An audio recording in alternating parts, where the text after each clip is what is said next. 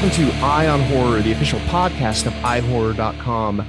This is episode 91, otherwise known as season 5, episode 13, the Lucky 13.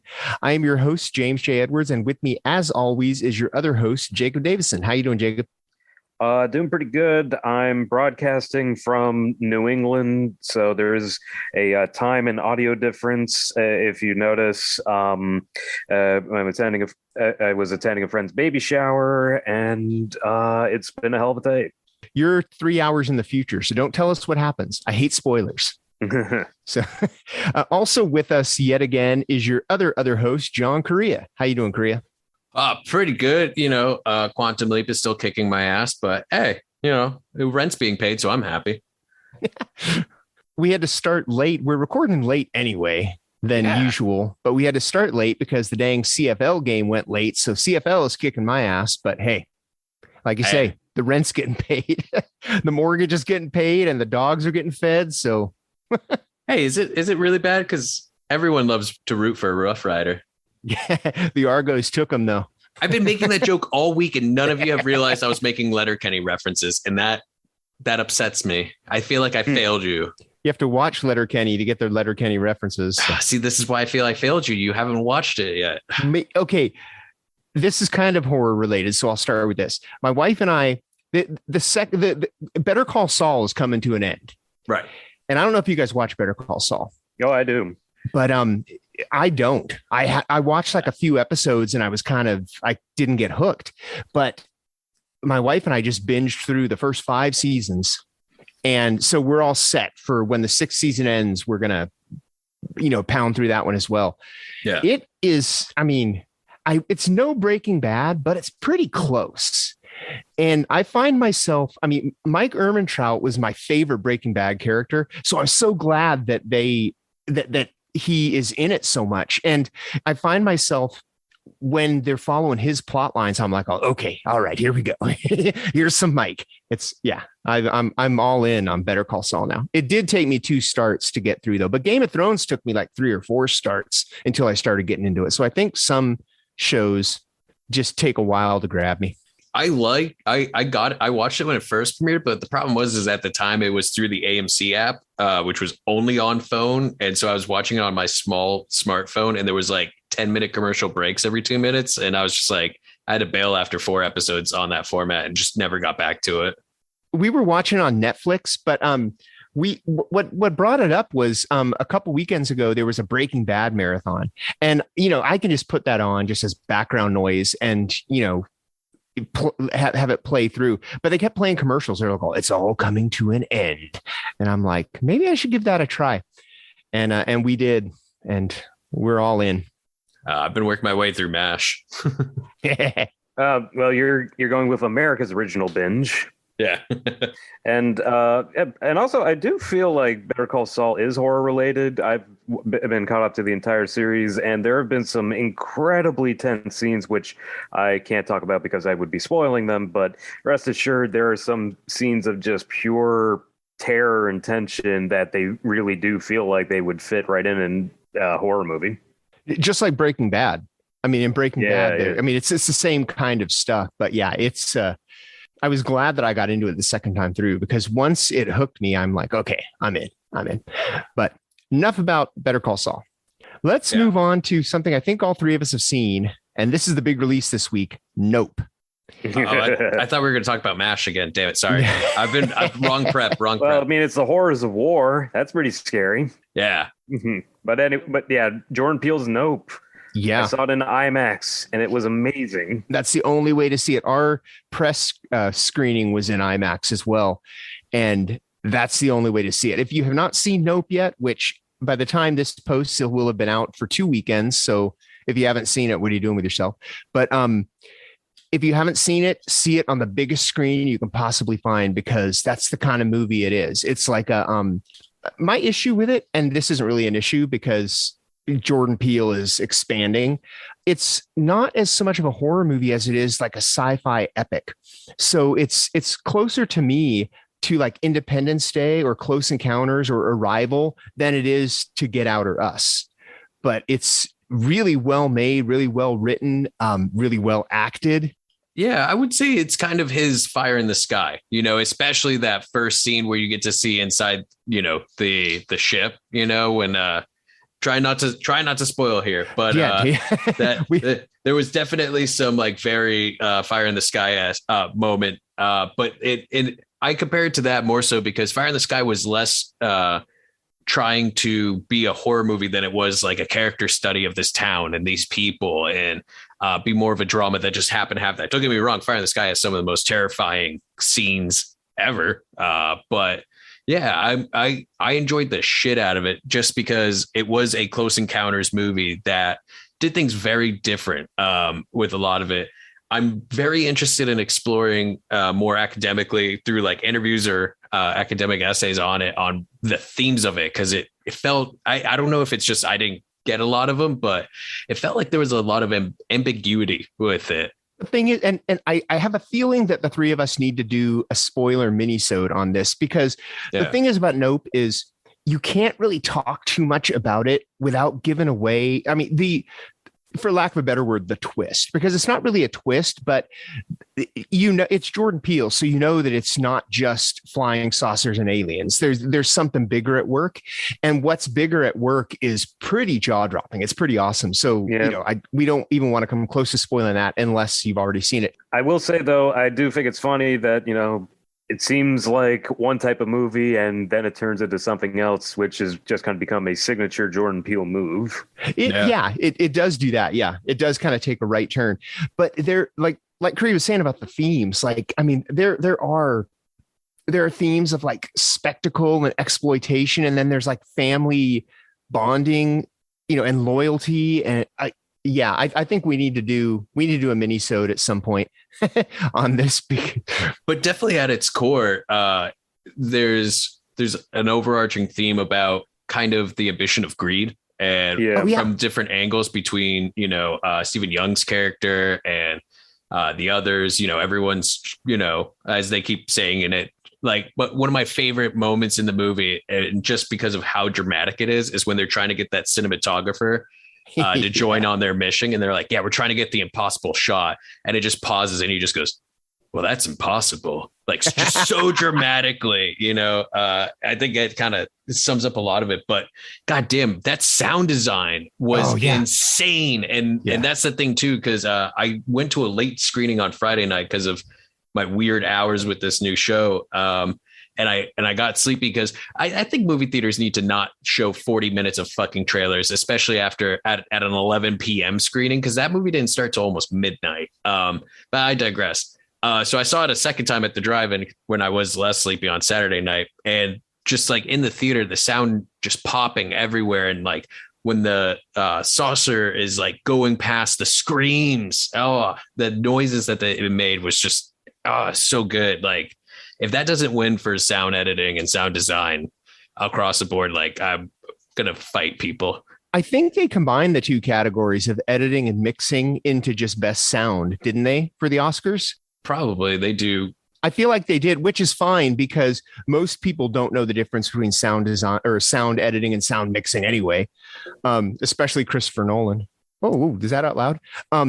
Anyway, you're right. The sound design is amazing. Jordan Peele got sound guys who know the difference between frequency and amplitude, which Chris Nolan never gets those guys.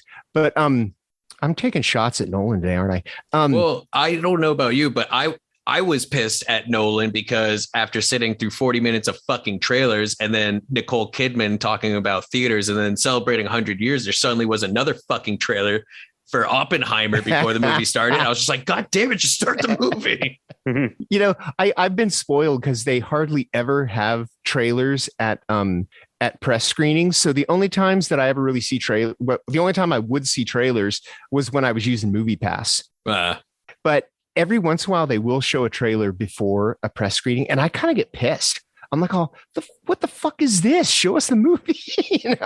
Yeah.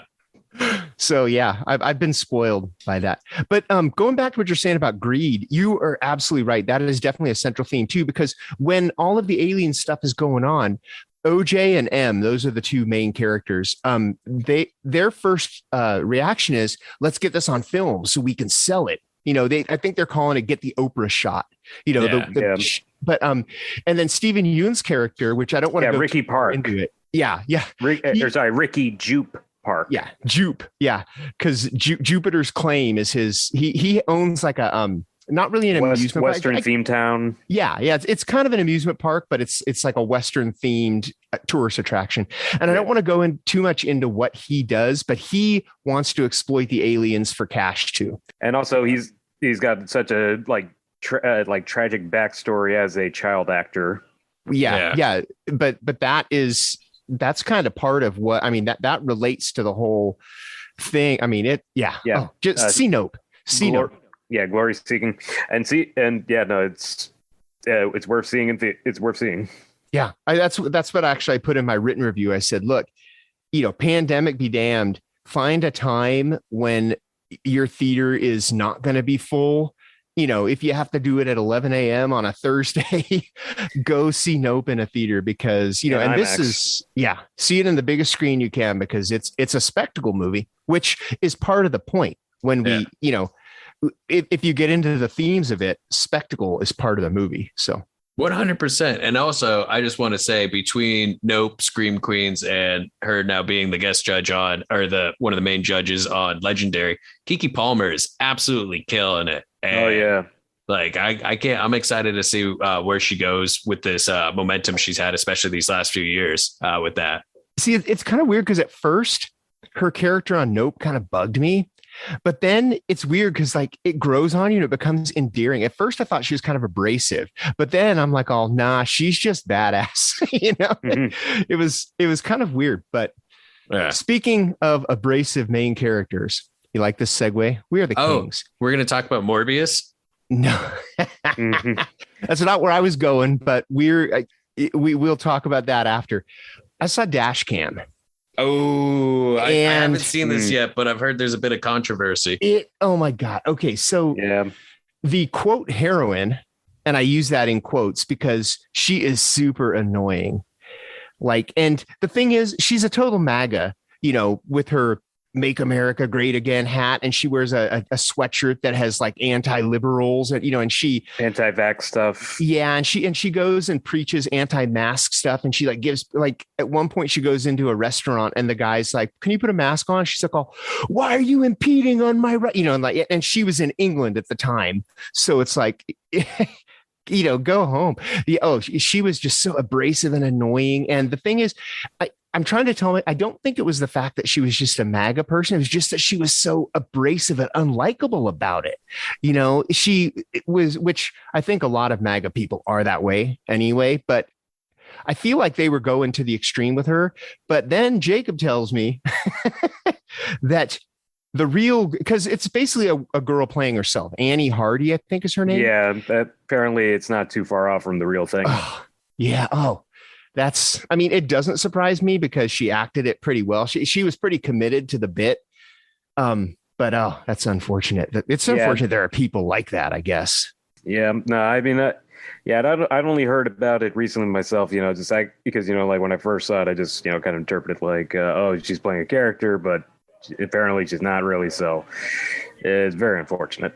Yeah. The movie itself, though, I found really good.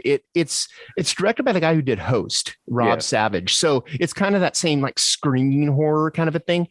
And basically and this is the kind of person she is. She goes to England to visit her old bandmate who is a liberal. So they, and he gets into it with his girlfriend. She gets into it with his girlfriend. But anyway, she steals his car. And then he starts getting, he's like a whatever Britain's equivalent of Uber Eats is or DoorDash, because he starts getting food delivery apps. And she's all, well, I don't want him to lose his job. I better take his job. And so she steals his car and starts doing his job for him. And he's begging her the whole time. He's like, please bring the car back. Don't do this. Don't do this.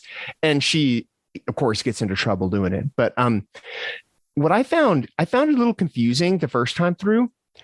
And then I watched it a second time and read the whole thing is presented as a live stream because she live streams and she has commenters. And if you read the comments, they kind of fill in the gaps on what's going on. So, I mean, it's weird to say, watch Dashboard twice if you can. Once watch the movie and once read the comments. It's a pretty short movie. It's like less than 80 minutes. I think it's like 78 or 79 minutes. So it's not, you're not killing yourself. You're not going through whatever it is, twice, which is like, over 3 hours. But yeah, I found the second time through when I read the comments, I'm like, okay, got it. And there's also some cool things in the comments that kind of like, there's at one point in the comments, one guy goes, did any of you guys see that thing that happened on Zoom last year? And talking about Host. It's pretty funny that he throws in little Easter eggs toward Host in it. So anyway, Dashcam, it's kind of a cool little zombie movie, I guess. I mean, that's the short way to do it, but man, is that main character annoying. And it's unfortunate that it wasn't a character, that it was like actually her, because and as for me, with home video releases, I got two very interesting titles. For one, I finally got the Dawn of the Dead 4K box set. Like I was lucky. Diabolic DVD had a couple of damaged units available, so it's a little dented, but it still plays them all fine.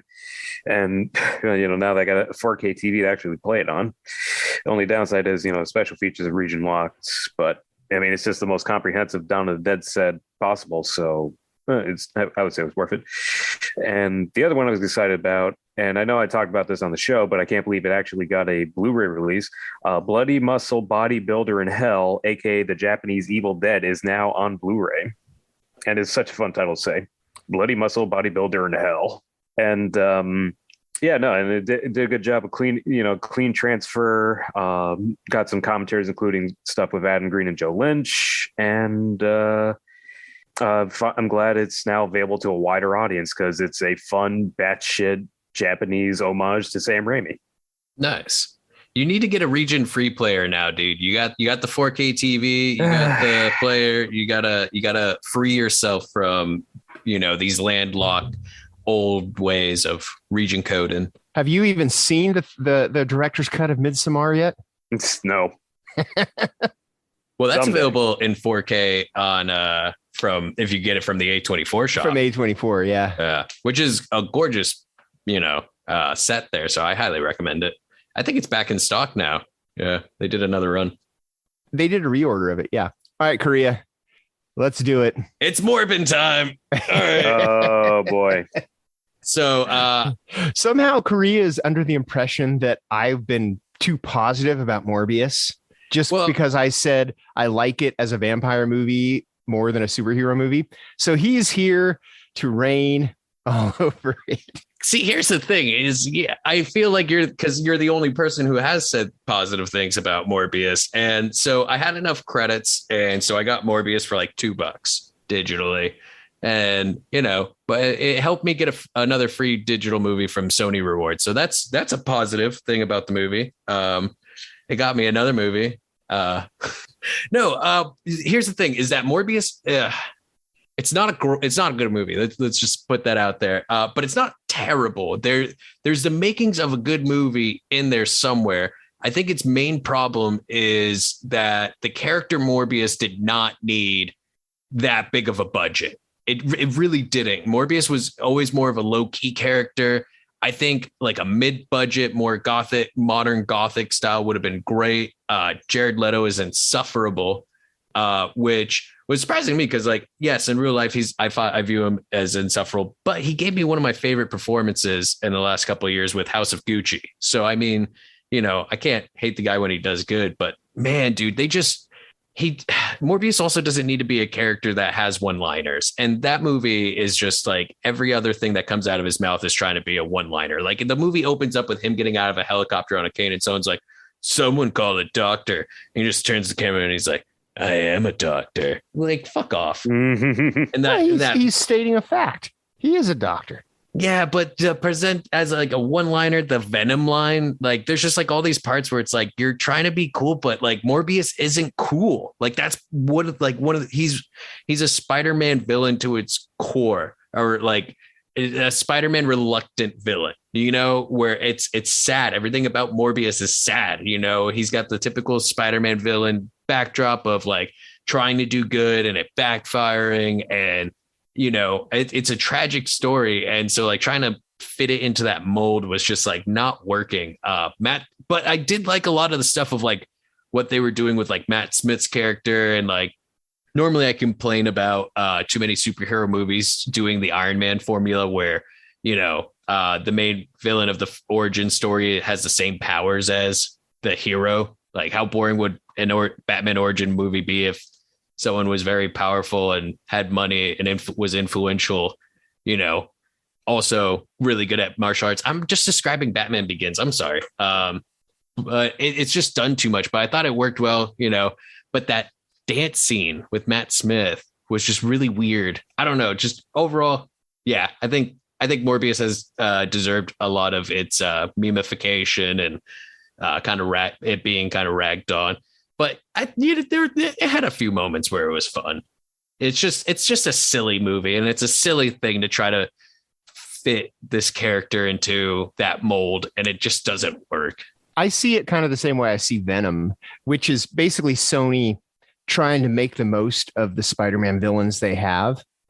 So, I mean, that's kind of, they are kind of trying to shoehorn it into the Spider-Man universe mold, but I don't think it's going to transition over to the Marvel universe.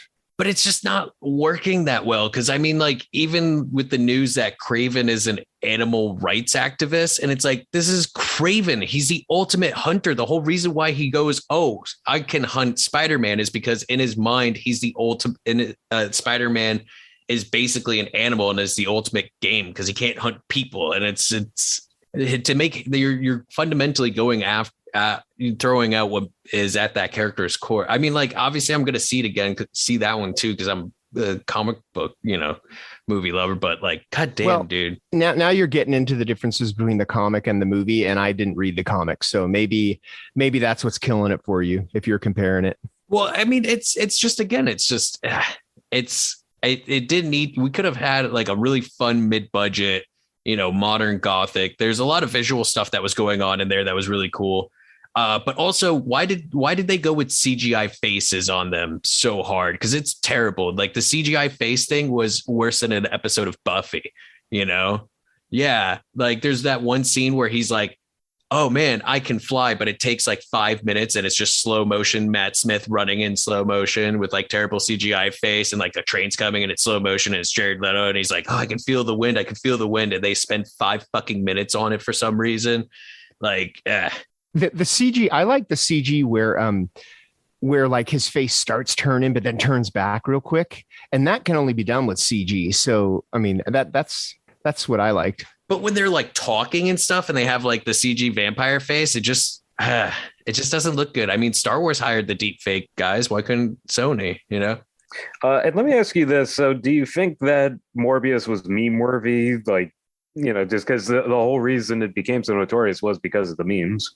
Yeah, I think it is, because it's a silly movie, and there's so much to just kind of like groan at and giggle at. Like, I could see it being like a good, like, your drunk midnight watch with some friends, just kind of poking fun at it. Mr. Policeman, I gave you all the clues. Oh man, it's it's funny because Sony actually misinterpreted the memes to think that people wanted to see their movie again, so they put it back into theaters and it flopped a second time. Which is beautiful. It's so beautiful. It is fun. It is funny in an ironic way. Yeah. I do got to say, I did watch a good comic book movie this week that is horror related. It's the new Constantine movie, The House of Mystery, which kind of works as an epilogue to DC's animated universe, because they did a run where it was like 12 or 15 animated movies that were loosely connected, starting with Justice League Flashpoint Paradox and ended with I can't remember the title of the last one. Oh, Apocalypse War. And basically, like, Constantine helps to like reverse on the effects of like what the Apocalypse War brought onto the world. And now he's dealing with like the consequences, where he's like locked inside his house of mystery. And throughout the whole, it's a short film too. It's like about a half hour, 45 minutes, but throughout the whole thing, he keeps encountering those that he loves, and they turn into demons and brutally murder him. And then he wakes up in a different part of the house, and it happens again. It just keeps going and going. And he ends up spending, he said, like, time moved differently. Days become weeks, months, years, into decades. And he was just like basically doomed to spend eternity there. And it was really brutal. The animation was really good, but in the end, it turns out that like, it wasn't a punishment. He was put into the house to basically be safe and like not cause any more chaos with his magic. And they're like, yeah, we put you in the house with your loved ones. And it's your own, like, basically self-hatred that has turned this good thing into a punishment. And I thought that was really brutal. So, and it's, yeah, I always love Constantine. It's always good stuff there. If speaking of brutal, I saw this movie. It's a couple years old. It's called Aqua Slash. Are you guys familiar with it? Oh yeah, the one with the killer water slide. Yeah, have you seen it? No, what? Have you seen it, Jacob? I didn't watch the whole thing, but I did see clips. At first, you think it's just like a slasher because there's like, you know, a killer that wants to. It's basically there's a high school graduation party at this water park, and it's like a weekend at this water park. And it actually, which this kind of goes back to Nope, but it has a pretty rockin' version of Sunglasses at Night. Oh yeah, which Nope also has. But there was 35 years ago or 30 years ago, there was something at this water park that. So there's a killer that's vowing revenge on it. And the only problem with it is like, I thought it was going to be like Saw at a water park where, you know, all of the rides are trapped. At the risk of spoiling it, they only booby trap one water slide. And there are 3 water slides. So the people who go down that one run into this trap. And it turns into a carnage fest because there are communication issues where they can't turn the thing off and all, but it's it takes a while to get where it's going, but it is it's a movie. It is it's also short. It's like 70 minutes. So it's a pretty quick watch. You know, this is going to be my Dude Bro Party Massacre, I think, where like, you know, I you know, I'm admitting this isn't a great movie, but I had a lot of fun with it, and I can see myself rewatching it a few times. Yeah, nice. Yeah, it does seem like a fun summer movie. Yeah, my one problem with it was that there wasn't enough carnage, which is weird because by the end it's a bloodbath. But I was expecting more like every ride in this water park to be booby trapped, and it's really only part of one ride, but no one knows, so they keep going down it. Sounds like a great double feature with that documentary about Adventure Park. Oh God, yeah, like the real class action park. Yeah, class action park. The thing is, the water slide that they the reason that nobody knows it's booby trapped is because it is completely enclosed. It's not like a half pipe one that, you know, you're used to seeing. So which is like the one at Class Action Park, the one that does a loop to loop. Oh God! And people kept on breaking their legs. Well, and also if you don't make it through the loop, how do you get out? They have a hatch that they have to pull you out of. But Yeah. the hatch is at the top, so. Do they throw a ladder down to you if you're at the bottom? I don't know. I mean, it was a Who dumb designed idea. that thing? They send a bigger kid down to just like slam into you and push you through. Just like The Simpsons. See Aqua Slash, because that's not unlike some of the things that happen in that. Oh God! And speaking of summer horror movies, and New England, I saw this New England folk horror movie at Cinematic Void last week called Dark August, set in Vermont. And it's interesting because I've seen some comparisons to it to kind of more modern psychological and supernatural horror. It's basically about this dude from New York who moves to this small Vermont town, and he accidentally kills the granddaughter of this local hermit in a car accident, but he's found now guilty because she ran in front of his car.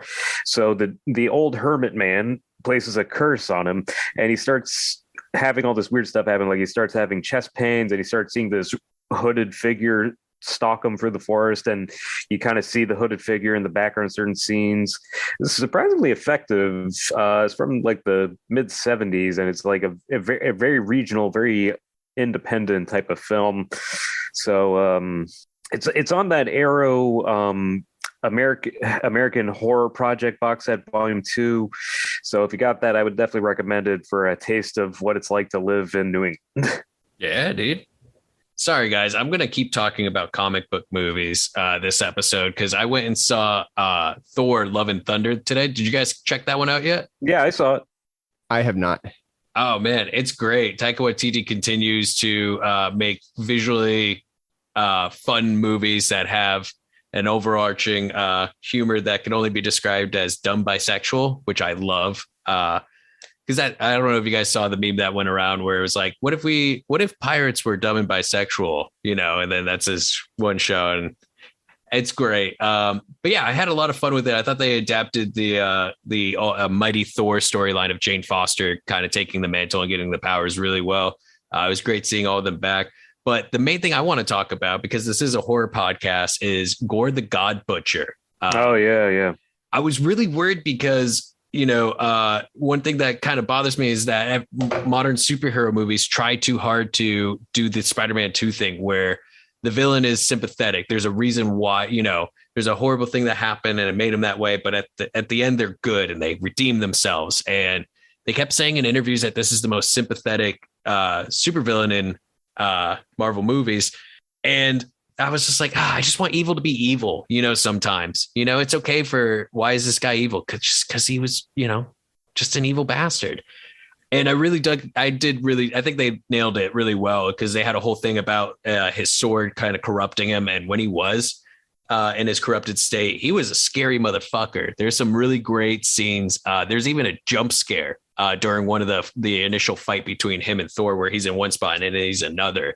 And it got me thinking about our main topic today, which is horror and summer blockbusters, because Thor Love and Thunder is very much so, a Marvel movie and very much so a summer blockbuster, but there's a lot of elements of horror in there. And so I guess what I'm trying to say is, I guess this is a segue. Are we segueing into our main topic now? Hey, you're the king of segues. Oh, well, look at this, guys. We nailed another one. Perfect segue. It's summertime. We're hot. We're sweating. And yeah, we wanted to talk about summer blockbusters because, as we all know, the original summer blockbuster is, drum roll. Oh, no drum roll. It's Jaws. I found this article in USA Today where it talks about summer blockbusters, and it's going by box office draw. So, box office numbers. So this isn't, it may not be completely what we think of when we think of summer blockbusters, but let me go through some of these ones, starting with 1975, which was the year the term was coined, summer blockbuster, because it was Jaws. 76 is The Omen. Yeah. There's your horror movie. Yeah. Fuck 77 was Star Wars. Not horror, but there are elements. And, who doesn't love Star Wars? 78, Grease. I love Grease, but not horror. There's some horrifying aspects of Grease, I will argue, in that those people are way too old to be high schoolers. And that is terrifying. Yeah, absolutely. Yep. Yes, that's true. And the car at the end, how did they not mess up some air control? Like, come on. That did not end well. 79, The Amityville Horror. 80, The Empire Strikes Back. 81, Raiders of the Lost Ark. I'll fight anyone who tells me that they didn't get scared when that guy's face melted in Raiders of the Lost Ark. Oh, yeah. 82, E.T. 83, Return of the Jedi. So, you're going through 84 Ghostbusters, 85 Back to the Future. So basically, Spielberg made a lot of money back in the day. Yeah, he did. He did. Yeah. I think that should be the new topic is like, wow, Spielberg really dominated the summer for like a solid decade or two, didn't he? But yeah, no, going through those titles, there's not only some horror films, but there's movies with horror aspects to it. Indiana Jones especially was always one franchise that never was scared of dipping their toes into there. Raiders of the Lost Ark, Temple of Doom especially has guy gets his heart ripped out. Oh yeah. And it's because of that and Gremlins that they started the PG-13, because they're like, there's definitely like a middle ground here. And, Spielberg and co didn't want to lose out on money with movies being rated R. So that was the compromise, PG-13. I thought the first PG-13 was Red Dawn. It was, but it was those movies, Indiana Jones and Gremlins and a few others that were like, this really shouldn't be PG. I get what you're saying. So they're the ones who started the discussion, right. And Red Dawn's the first one that got the label. Okay. Yeah. I think I want to say Red Dawn and Bear Island, I think, were the first two that I remember seeing as PG-13. But anyway, so with these, I mean, summer blockbuster, I mean, Jaws is a horror movie. Oh, yeah, undoubtedly. But summer blockbusters now are more sci-fi or comic book movies. I mean, otherwise the Black Phone would have been this year's summer blockbuster. Why do you think that shift was made? Do you think it's because the summer blockbuster now is seen as more of a spectacle, more of like the wow, and that might be movies like Jurassic Park or Independence Day that bring that along because you want to be wowed when you see them? Yeah, I would definitely say that's a factor, especially because, summer blockbusters tend to be the highest budgeted movies capable of exhibiting such spectacle, which is why a lot of blockbusters these days are Marvel movies. But I do feel like it does tie a lot back into horror because, Jaws was definitely a horror movie in part, and so many other horror movies were considered summer blockbusters. And I would even argue that many summer blockbusters, even today, or even going back, at least have a root or influence in horror. Like I just rewatched the Mummy remake from 1999 with Brendan Fraser, and it's mostly an action movie, but it is definitely also a horror movie because I remember seeing it as a kid and getting kind of freaked out. It's like they want to create spectacle, but they also need to provide thrills. They need to hook the audience, and a lot of times that involves doing something particularly shocking. And which also, is another example, Independence Day. Those aliens could be pretty creepy. And there's a whole scary scene where the alien awakes during the autopsy and attacks the president and the scientist. So, you look at a lot of different blockbusters, you will have at least a few scary scenes, which, a lot of ties into, just adrenaline, but either way, I feel like the DNA of horror is so intrinsic to summer blockbusters that, it's in there in one form or another. Well, it goes back to there's so much that it goes with it. I mean, horror is ingrained in it's ingrained in our blood as a species. We've evolved to the point where we don't have something else hunting us. And so we tell stories by the campfire, or we love the thrill of seeing gladiators fight in the Colosseum. Modern horror movies are still, a continuation of all of that. And, when you go to see a summer blockbuster, you're going for the spectacle. You're going for the big effects. You're going for the thrills. You're going to see, crazy stunts and whatnot. And horror lends into that because fundamentally it's that build and release that happens with it, the tension building up and then the release of the kill or of the jump scare. And it does lend itself into it. And it is interesting that, we see threads or trends all the time when it comes to this. Before superhero movies were the big thing, there was, in the 90s, it was the erotic thrillers that were like the big box office ones. And then for a while it was musicals. And before then it was, Westerns, going back in the 80s, it was slashers dominating, so, I mean, it all goes through trends on what's popular at the time. And I do think that there is a big connection between these spectacles and horror. I mean, we see it all the time. How many of these superhero movies are being helmed by people who got their start in horror? Shazam was, directed by one John Watts, who helmed the last three Spider-Man movies, got to start doing, Cop, Car, and Clown. So there's always that aspect, that wild and release. And I mean, I would even argue superhero movies inherently have that built into it because it's always good versus evil. And that's basic thread in horror as well, right? Who'd you say Shazam was directed by? Oh, I didn't mention who Shazam was directed by. Oh, okay. No, it's the guy who did David F. Sandberg, the guy who did Lights Out. Yeah. Yeah. I thought that you said that the guy who did Shazam did Cop Car. No, that was John Watts who did the Spider-Mans. Yeah. Oh, got it. Okay. Yeah. Well, also, I mean, even Aquaman was James Wan. Oh, yeah. You know, who absolutely started in horror. Mm-hmm. And Scott Derrickson, you know, he did Sinister, and he did Doctor Strange, the first one. And James Gunn as well with Guardians. So it's kind of cool, actually, that the horror directors who have gone on to do these big spectacle movies. Well, you also mentioned some of the, you know, top tier ones. You mentioned The Omen earlier. The Omen was directed by Richard Donner, who did Superman and Superman 2. I don't recognize the theatrical cut of Superman 2. It was only the Richard Donner cut. But I mean, that was the start of it. And even, you know, the creation of Summer Blockbuster with Jaws, it is a horror film. They'd say very much so a student of Hitchcock film, you know, but well, and also he had done, was this after he did Duel? Mm-hmm. Yeah. So, I mean, Spielberg started in horror. Yeah. So there's no denying that the DNA is there in Summer Blockbuster. I just find it interesting that we don't see horror films getting put in that slot as much anymore. I mean, for the most part, they're relegated to, you know, around Halloween, or the rougher ones are in January, you know.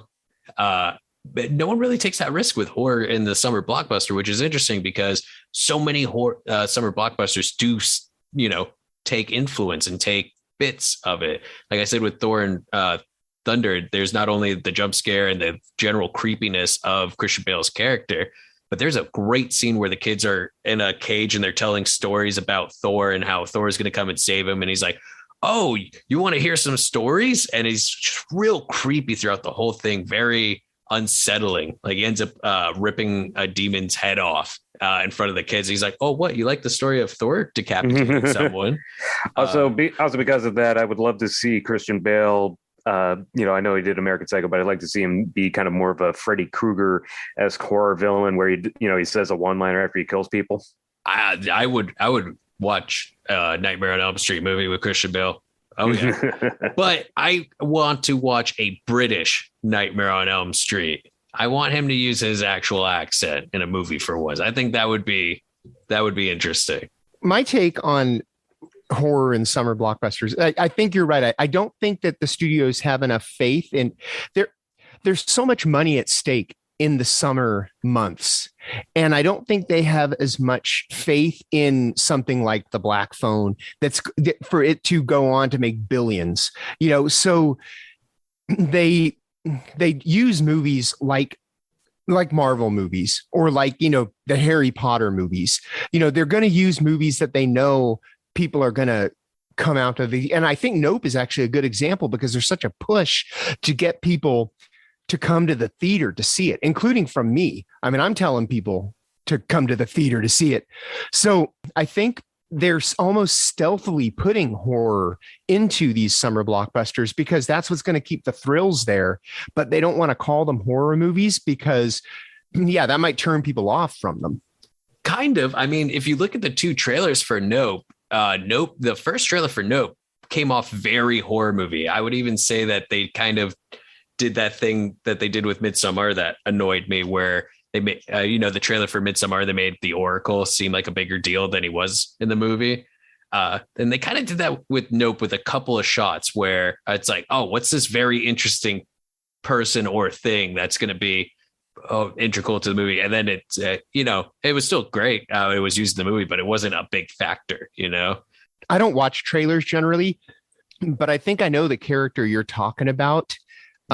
That seems like the same thing as the Oracle from Midsommar. That seems like it might be a bigger deal in the movie, and it's not. It's a bit part, but yeah, it is used. The thing with Nope is, the reason that the first trailers were probably more horror related is it was Jordan Peele, and that's what people were like. Okay, you know, he's got a transition. And I think he successfully made the transition to blockbuster. I have a feeling he's going to be getting bigger budgets now, because he knocked it out of the park with Nope. And Nope is more than just a subversive horror movie. It is this summer blockbuster. I mean, it is smarter than your average, Independence Day thriller.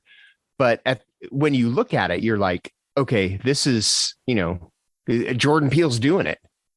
Yeah, and he's showing it at the box office too. Like, I'm just reading that Nope had a 44 million debut, and it's the highest opening weekend at the domestic box office for an original movie since Jordan Peele's Us in 2019. So Jordan Peele is making the magic happen. But the last 2 weeks, it's been Thor #1 at the box office. So I think there's a certain kind of movie that gets people's blood pumping. And they almost have to sneak the horror into them to keep it exciting, because, like I said, everybody remembers from Raiders of the Lost Ark, that guy's face melting. Everybody remembers Large Marge from Pee-wee's Big Adventure. Yeah. Everybody remembers Dan Aykroyd turning into that crazy gremlin thing in Twilight Zone, the movie at the beginning. Those are the memory builders, the horror parts. So, Christian Bale chopping a demon's head off might be what gets the kids to remember Thor: Blood and Thunder in 20 years. Love and Thunder. Yes. That's the sequel. The sequel is going to lean even more into horror, and it's going to be called Blood and Thunder. Yeah. The next Spider-Man movie should be like, can I just go home already? Take me home. It's just going to be it's going to be called Spider-Man, My Baby's Taking Me Home, and it's just going to be scored by Sparks, and it's going to be amazing. Well, let me ask you guys this. So where do you think the future of summer blockbusters could be going? Do you think they'll lean more into horror, or do you think it'll still be superheroes for a while? Because frankly, between The Black Phone, which wasn't exactly, a huge summer blockbuster, but proportionally to its budget to gross, it did very well. And of course, Nope, which is a massive box office opening. Do you think that horror is going to shine more, or do you think it'll go to more glitzier types of movies? It's interesting because even before Thor, the #1 movie was Top Gun. Absolutely dominated the box office for a month straight, pretty much. So it's an interesting one, because we are still kind of in the middle of that hybrid. People are still viewing a lot more from home. People I think people are getting more comfortable. We are in the middle of a sixth wave, which we're working in COVID on set. I can tell you it's not great out there at all, and we really shouldn't be doing all these things. But hey, that's just one person's opinion. But I don't know. It's a little hard to predict, I think, on where the trends are going. I just know that horror is always going to be a part of it, because it's a part of everything, really. I think the summer blockbuster has changed, partially because a lot of people, myself included, are still kind of sketch on going to theaters right now. So, you're not going to ever see Star Wars or Raiders of the Lost Ark kind of numbers again. Even Top Gun Maverick and Thor: Love and Thunder, they aren't doing nearly the box office they would have been if there wasn't a pandemic. So I think people are still kind of sketch on going to theaters. I like to think that horror is going to be more active in the summer blockbusters, picture. But also, I think the fact that so much horror is going directly to VOD so quickly. The Black Phone's already on VOD, the theater at home. So and those numbers don't get put into the box office. So, as far as money goes, I don't think they're showing that kind of a profit. So the thing is, even if it doesn't get the money, the quality movies, because I know everyone's loving Nope and everybody loved The Black Phone. I think from a quality standpoint, horror is where it's at, because they save the big Oscar bait movies for, like September through the end of the year.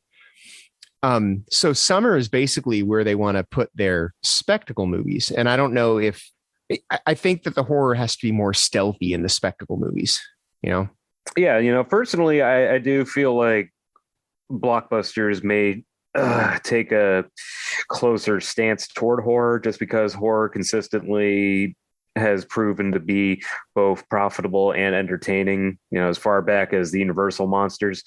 So, I'm not exactly sure how, but or with what is to come, but like movies like Friday the 13th were summer blockbusters in part for their day, not the huge ones, but the fact that they were guaranteed to make a big box office. So I feel like there will be kind of a similar sentiment, and it'll depend, but I do feel like we'll be seeing some summer blockbustery type horror more in the future. The future of horror is Morbius. Morbing 2, more electric boogaloo. More electric boogaloo. No. Yeah. No, actually, the future of horror, it would be better if it was Doctor Strange and the Multiverse of Madness. Let's call it that then. Yeah. Okay. Oh, you mean Evil Dead 4? Evil Dead 4. Yeah, exactly. Yeah. All right, let's cut it here. Call this one an episode. Yeah. What do you guys think about summer blockbusters? Do you like your summer blockbusters with a little smidge of horror in them like we do? Do you already think that horror movies are summer blockbusters, when they're put out? Let us know. Hit us up.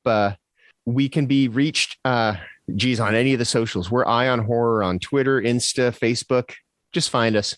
But seriously, guys, remember that scene in Independence Day when the alien kills everyone in the room and then wraps its tentacles around Data from Star Trek Next Generation and is communicating through him? And it's just like, we want it. Like, that shit was terrifying as a kid. Let's bring that back to the summer blockbusters. My sentiment exactly.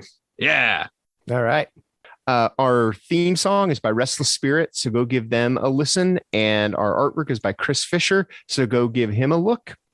And we will see you guys in a couple of weeks. So keep going to the movies for Nope, but do it responsibly and wear a mask, get your jab, and find a dead screening. And we'll see you in a couple of weeks. So for me, James J. Edwards. I'm Jacob Davison. And I'm Jonathan Correia. Keep your eye on horror.